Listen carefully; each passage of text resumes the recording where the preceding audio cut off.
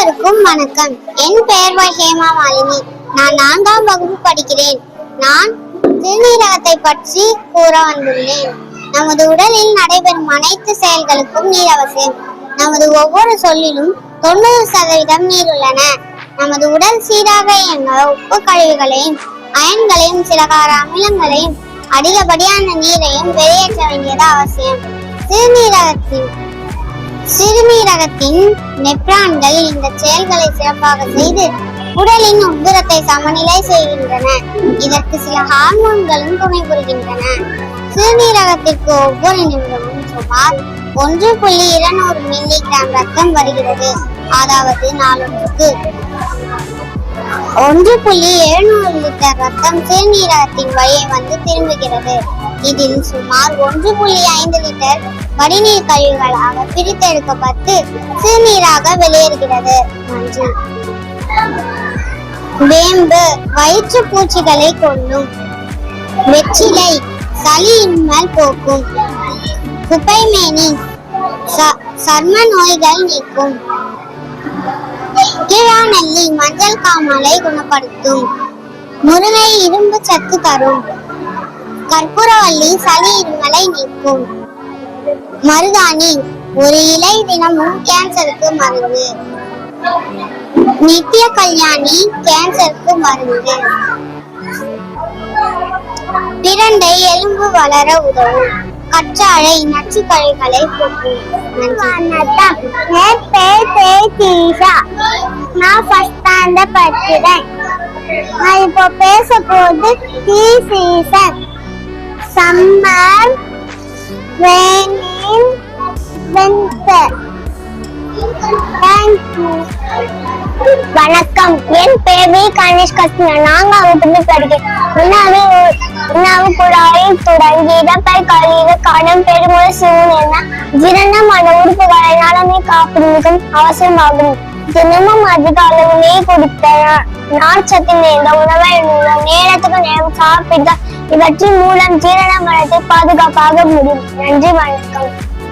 அனைவருக்கும் வணக்கம். என் பேர் கே பிரேசி. நான் 1ஆம் வகுப்பு படிக்கிறேன். Fourth transport, waterways, Airways, railways, roadways.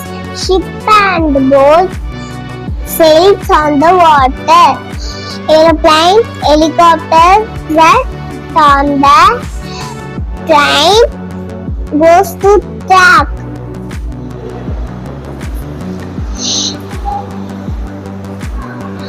Van, bus, lorry, car. Thank you. வணக்கம். என் பெயர் ஜோஷினி. நான் 2ஆம் வகுப்பு படிக்கிறேன். சாலை பாதுகாப்பு. சாலையில் போகும்போது போக்குவரத்து விதிகளை பின்பற்றவும். சாலையில் கடக்கும் போது இருபுறமும் பார்த்து கடக்க வேண்டும். சாலையில் இருசக்கர வாகனம் ஓட்டும் போது ஹெல்மெட் அணிவது அவசியம். 4 சக்கர வாகனம் ஓட்டும் போது சீட் பெல்ட் அணிவது அவசியம். வாகனம் ஓட்டும் போது போன் பேசக்கூடாது. குழந்தைகள் சாலையில் விளையாடக்கூடாது. எப்போதும் நடைபாதையில் மட்டுமே நடக்க வேண்டும். போக்குவரத்து சிக்னல். சிவப்புனா நில், மஞ்சள்னா கவனி, பச்சைனா சிவப்புனா நிறுத்தணும், மஞ்சள்னா ஸ்டெடியா நிக்கணும், பச்சைனா முன்னோக்கி செல்லணும். போக்குவரத்து விதிகளை மீறக்கூடாது. சாலை விதிமுறைகளை பின்பற்றவும். சாலையில் நடக்கும் போது இருபுறமும் பார்த்து நடக்க வேண்டும். இது ஹாஸ்பிடல் சிம்பிள். ஹாஸ்பிடல் சிம்பிள் அப்போ நம்ம ஹார்ன் அடிக்கக்கூடாது. இது ஜீப்ரா கிராசிங். ஜீப்ரா கிராசிங்ல நம்ம தான் நடக்கணும். இது நம்ம வளைஞ்சு போக கூடாது, நேரா தான் போகணும். இது நோ பார்க்கிங். நோ பார்க்கிங்ல வண்டி நிறுத்த கூடாது. இது 20 கிலோமீட்டர்ஸ் தாண்டி நம்ம போகவே கூடாது. இது லெஃப்ட் ஹேண்ட். லெஃப்ட் ஹேண்ட்னா லெஃப்ட் பக்கம் போகணும். இது நோ என்ட்ரி. நோ என்ட்ரில வண்டி வரக்கூடாது. இது பஸ் ஸ்டாப். பஸ் ஸ்டாப்னா பஸ் அங்க நிக்கும். இது ஸ்கூல் ஜோன். ஸ்கூல் ஜோன்னா பசங்க வீட்டுக்கு போற இடம். நன்றி. வணக்கம். அனைவருக்கும் வணக்கம். என் பெயர் காபாசிஸ். நான் 5ஆம் வகுப்பு படிக்கிறேன். வண்ணத்து பூச்சியின் வளர்ச்சி நிலையில் வண்ணத்து பூச்சியானது இலைகளின் மீது முட்டையிடுகிறது. இந்த முட்டைகள் மிகவும் சிறியதாகவும் உருண்டை வடிவத்தில் இருக்கும். முட்டையிடப்பட்ட 5 நாட்களுக்கு பிறகு அதிலிருந்து சிறிய புழு போன்ற உயிரிழக்கும். 2ஆம் நிலை கம்பளி பூச்சி ஆகும். இது லார்வா என்று அழைக்கப்படும். பொழுது இந்த புழுவானது இலைகள் மற்றும் பூக்களை உண்ணத் தொடங்கும். அதிகமாக உண்பதால் வெகு வேகமாக வளர ஆரம்பிக்கிறது. இதன் காரணமாக இதனுடைய தோல் உரித்து புதிய தோல் வளர ஆரம்பிக்கிறது. இவ்வாறு பழைய தோலை களைவதற்கு தோல் உரித்தல் என்று பெயர். 4ஆம் நிலையில் பியூப்பாவின் கூடு திறந்து முழு வளர்ச்சியடைந்த வண்ணத்து பூச்சி வெளியில் வரும். இவை அழகிய வண்ணங்கள் நிறைந்தவை. வண்ணத்து பூச்சி முட்டையிட்டு மீண்டும் தனது வாழ்க்கை சுழற்சியை துவங்கும். நன்றி. வணக்கம், என் பெயர் வி ஜெயாஸ்மி. நான் 3ஆம் வகுப்பு படிக்கிறேன். விலங்குகளின் வாழ்விடம் நாய், பூனை, முயல், ஆடு, பசு, குதிரை போன்றவை சமவெளி உயிரினங்கள்.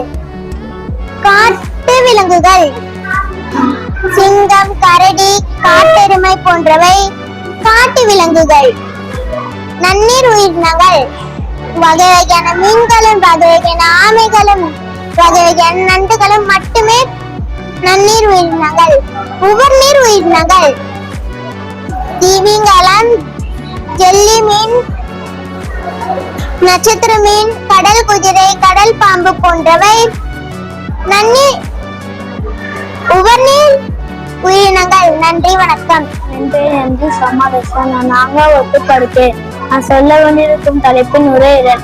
நுரையீரல் என்பவை மார்பு பகுதியில் அமைந்துள்ள ஓரினப்பை போன்ற உறுப்புகள். இவை பஞ்சு போன்ற மென்மையானவை. நம் மூச்சு விட இவை உருவுகிறது. நம் மூக்கில் விட காற்று உள்ளே ஏறும் போது காற்றில் உள்ள ஆக்சிஜன் நுரையீரலுக்கு அனுப்புகிறது. இப்பொழுது நுரையீரல் விரிவடைகிறது. நம் காற்று மூக்கின் வழியாக வெளியேறும் போது நுரையீரலும் கார்பன் டை ஆக்சைடும் வெளியேறுகிறது. இப்பொழுது நுரையீரல் சுருங்குகிறது. நன்றி. வணக்கம், என் பேர் ஜி சஸ்பன். 2ஆம் வகுப்பு படிக்கிறேன். சுற்றியுள்ள இடங்கள் ஸ்கூல், பள்ளிக்கூடம், மருத்துவமனை, வங்கி, அஞ்சலகம். நன்றி. வணக்கம், என் பெயர் காசலம் ஏஞ்சல். நான் 5ஆம் வகுப்பு படிக்கிறேன். இன்றைக்கு பேசப்படும் தலைப்பு மழைநீர் சேகரிப்பு. மழைநீர் சேகரிப்பு என்றால் என்ன?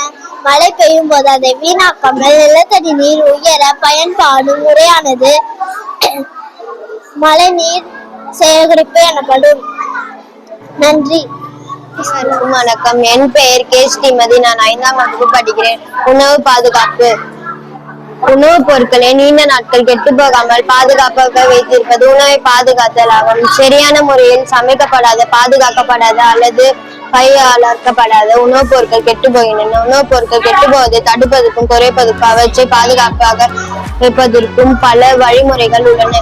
உலர வைத்தல், சர்க்கரை சேர்த்தல், டப்பா மற்றும் புட்டிகளில் அடைத்தல், உப்பிட்டு பாதுகாத்தல், பாதுகாக்கும் வேதிப்பொருட்களை சேர்த்தல். நன்றி, வணக்கம்.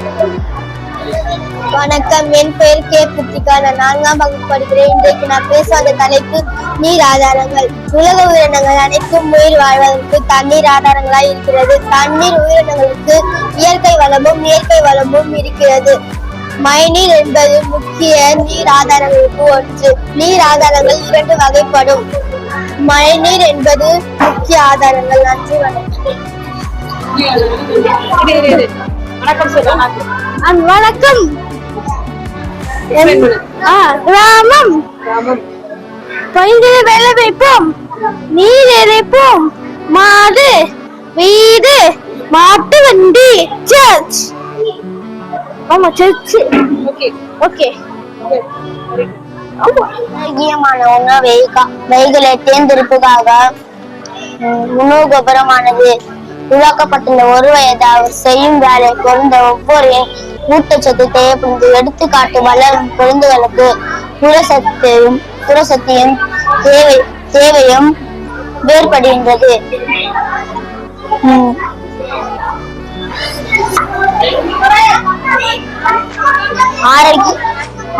முக்கியமான உணவுகளை தேர்ந்தெடுப்பதான உணவு கோபுரமானது உருவாக்கப்பட்டுள்ள. ஒரு வயது அவர் செய்யும் வேலை பிறந்த ஒவ்வொரு ஊட்டச்சத்து தேவையும் வேறுபடுகின்றது. சிலத்தில் என்றும் ஒரு ஊக்குவிக்கின்றது. தேங்க்யூ. water. துணி துவைக்க, சமைக்க, விவசாயம் செய்ய, குடிக்க எல்லா உயிர்களுக்கும் தண்ணீர் வேண்டும். நன்றி. அனைவருக்கும் வணக்கம். என் பெயர் எஸ்காவி. நான் 2ஆம் வகுப்பு படிக்கிறேன். பள்ளியில் பாதுகாப்பு. பென்சிலை கூர்மையாக்கும் கருவியை பயன்படுத்தி கூர்மையாக வேண்டும். மேசை நாற்காலின் மேல் ஏறி விளையாடக்கூடாது. ஒருவருக்கு ஒருவர் சண்டை போட்டக்கூடாது. வீட்டில் பாதுகாப்பு. கத்தி, பிளேடு போன்ற கூர்மையான கொண்டு விளையாடக்கூடாது. ஒருபோதும் நெருப்பில் விளையாடக்கூடாது. படிக்கட்டின் கைப்பிடி விளையாடக்கூடாது. நன்றி. Because of rotation, earth complete harmful rotation in 24 hours. Thank you. அனைவருக்கும் வணக்கம். என் பேர் டி. சரண். நான் 4ஆம் வகுப்பு படிக்கிறேன். சூரிய குடும்பத்தில் 8 கோள்கள் உள்ளன. ஆகியவை சூரியன் நீள்வட்ட பாதையில் சுற்றி வருகின்றன. ஆகியவை புதன், வெள்ளி, பூமி, செவ்வாய், வியாழன், சனி, உரேனஸ், மெர்க்குரி. நன்றி. அனைவருக்கும் வணக்கம். என் பேர் சரண். நான் 2ஆம் படிக்கிறேன். Small city. உலகத்தில் பாதிக்கம் ஏற்பட்ட மக்கள் நகரத்தில் வாழ்கின்றனர். ஏனெனில் நகரத்தில் அதிகமாக உள்ளனர். தொழில்துறைகள் மச்சுளை வீடு, பள்ளிகள், பூங்காக்கள், மத்துணை நகர். I am studying 5th standard in CMSTS primary school. Germination is seed in plants. It is a phase in plant growth. It is a beginning stage of the growth of a plant. In this phase, a seed grows into young plant or seedling. A seed contains an embryo that can develop into a plant. Thank you. அனைவருக்கும் வணக்கம். என் பேர் J. Mubina முப்பேஷன். நான் 4ஆம் வகுப்பு படிக்கிறேன்.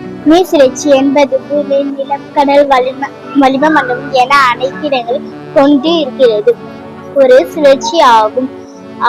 ஆறு, ஏரி, குளம் போன்ற நீர் சுழற்சி சூரிய வெப்பத்தால் ஆகிறது. சூரிய வெப்பத்தால் ஆகிறது. மீண்டும் மழையாக பூமிக்கு வருகிறது. நன்றி, வணக்கம். My name is K. Persis. I am studying 5th standard. Prevention of pollution. Pollution is one of the most serious problems. It affects our environment very badly. So pollution control is very important. There are many ways to control the pollution. These are burning our household garbage is very dangerous to our health and our environment. Use public transport to reduce air pollution. We should follow the 3 R's: reduce, reuse, recycle, spin to control pollution. Always no to plastic. We can conserve energy and help to control pollution. During Deepavali festival, don't use firecrackers because it can conserve energy. During Deepavali festival, don't use firecrackers because it increase air pollution. Smoking forest fire can also causes pollution. We should buy electric motor car for making our environment pollution free. Maintaining more trees and planting more trees and cleaning our surrounding can also reduce pollution. So stop it pollution before stop it. Thank you.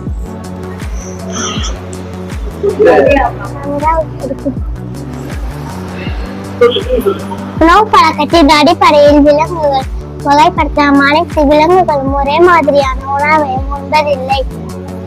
மான், ஆடு, யானை, மாடு போன்றவை விலங்குகள் மற்றும் தாவரங்களை மற்றும் உண்கின்றன.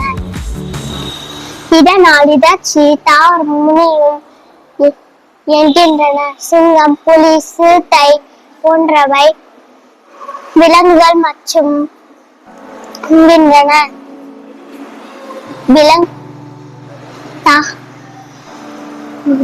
இதனாலிதான் முனியும் என்கின்றன. நன்றி, வணக்கம். Tanisha. I'm studying in 4th standard in CSI school. This is my project. This side is global warming. This side is green environment. What is the global warming? Now I explain what is the global warming. Smoke from vehicles increasing level of carbon dioxide. Smoke from factories increasing level of greenhouse gases. What is the greenhouse gases?